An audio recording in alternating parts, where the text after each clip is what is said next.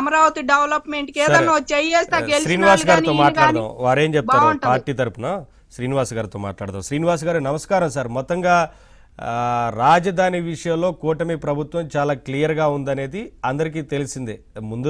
ఎన్నికల ముందు అదే చెప్పారు, ఎన్నికల తర్వాత అదే విషయం చెప్పారు. సరే, అది తెలిసిన విషయం. ఇప్పుడు వారు అంటున్నారు, మేడం మేము అసలు ఇంకా అఫిడవిట్ల గురించి ఆ కేసుల గురించే మర్చిపోయాము, ప్రభుత్వం చూసుకుంటుంది కదా అని. అంటే అంత నమ్మకం.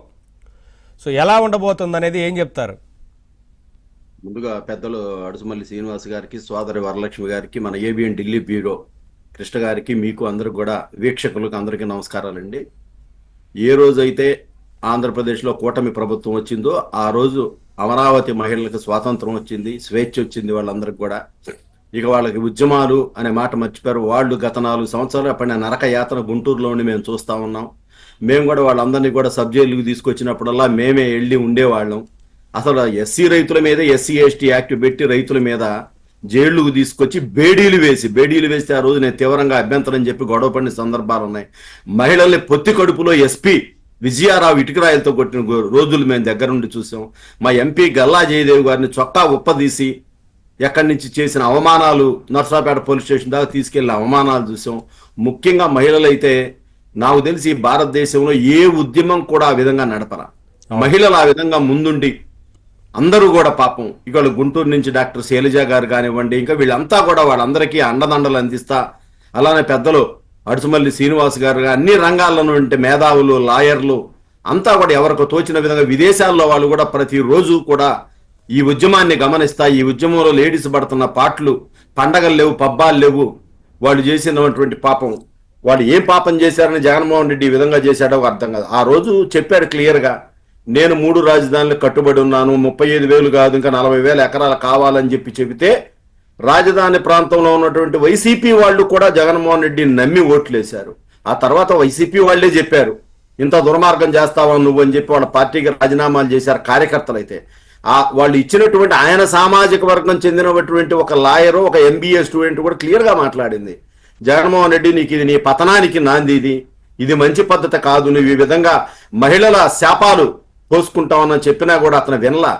ఈ 5 సంవత్సరాలు అతను పాలించిన 5 సంవత్సరాల్లో అతను నందిగా సురేష్ లాంటి వారిని మాత్రం ఏ రకంగా రెచ్చగొట్టారు, ఏ రకంగా అక్కడ వ్యవహారం చేశారు అందరికి తెలిసిందే. సరే, జైలుకు వెళ్లారు, అదంతా వేరే విషయం.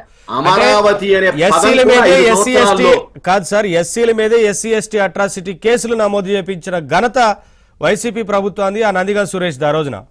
అవునవును, నేను చెప్పేది ఏంటంటే ఈ 5 సంవత్సరాల్లో జగన్మోహన్ రెడ్డి నోటి వెంట అమరావతి అనే పదం ఎక్కడనే మీరు చూడండి. అమరావతి అనే పదం పలకటానికి కూడా ఇష్టపడ్డావు అతను. ఎందుకంటే చంద్రబాబు నాయుడు గారు అమరావతిని నిర్మిస్తున్నాడు, తరతరాలుగా ఈ చరిత్ర ఉన్నంత వరకు, ఈ ప్రపంచం ఉన్నంత వరకు అమరావతి అనేది చంద్రబాబు నాయుడు గారు పెట్టారు, చంద్రబాబు నాయుడు గారు కట్టారు అని వచ్చింది. కాబట్టి నేను అక్కడ రాజధాని ఉంచకూడదు, అది తప్ప అతనికి రెండో ఇదేమి లేదు. కులముద్ర వేశాడు. వాస్తవంగా కేటగారికల్ గా అందరూ చెప్పారు, రైతులు ఎస్సీ రైతులు ఉన్నారు, బీసీ రైతులు ఉన్నారు, అక్కడ ఉన్నది కమ్మాస్ తక్కువ ఇచ్చింది పొలాలు కూడా. వాస్తవం చెప్పాలంటే అతను కేవలం కులాన్ని రెచ్చగొట్టాడు, మతాన్ని రెచ్చగొట్టాడు, ఎస్సీ ఎస్టీలను రెచ్చగొట్టాడు, పోటీ ఉద్యమం నడిపాడు. ఇవాళ నందిగాం సురేష్ కి ఏ ఉద్యమం అయితే నడిపాడా పాపం పండి వాళ్ళ జైల్లో అనుభవిస్తారు. అదే సార్, ఇప్పుడు జగన్మోహన్ రెడ్డి గారు వచ్చి ఒక మాజీ దళిత ఎంపీని పట్టుకొని కేసులు నమోదు చేశారని చెప్తున్నారు. అదే దళితుల మీద, అదే ఎస్సీ ఎస్టీల మీద ఎస్సీ ఎస్టీ అట్రాసిటీ కేసులు నమోదు చేయించినప్పుడు వీళ్ళకేం గుర్తు రాలేదు ఇవన్నీ.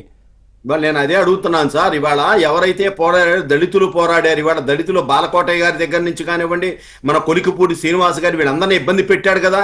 టీవీ5 ఏబిఎన్ టీవీ5 రిపోర్టర్ మీద అయితే మహిళలు స్నానం చేస్తుంటే చూశారని చెప్పి డ్రోన్లు వేశారని వాళ్ళ మీద ఈ కేసు పెట్టాడు కదా. అట్లానే ఏబిఎన్ వెంకటకృష్ణ గారి మీద పెట్టాడు. అసలు ఎవరి మీద పెట్టలేదు చెప్పండి కేసులు? అసలు ఎవరు అందరినీ మా మీద అసలు అమరావతి ఉద్యమం ఏమైనా నడుస్తుంది అంటే మా ఇళ్ల చుట్టూ పోలీసులు వచ్చేవాళ్ళు, మమ్మల్ని నిర్బంధించి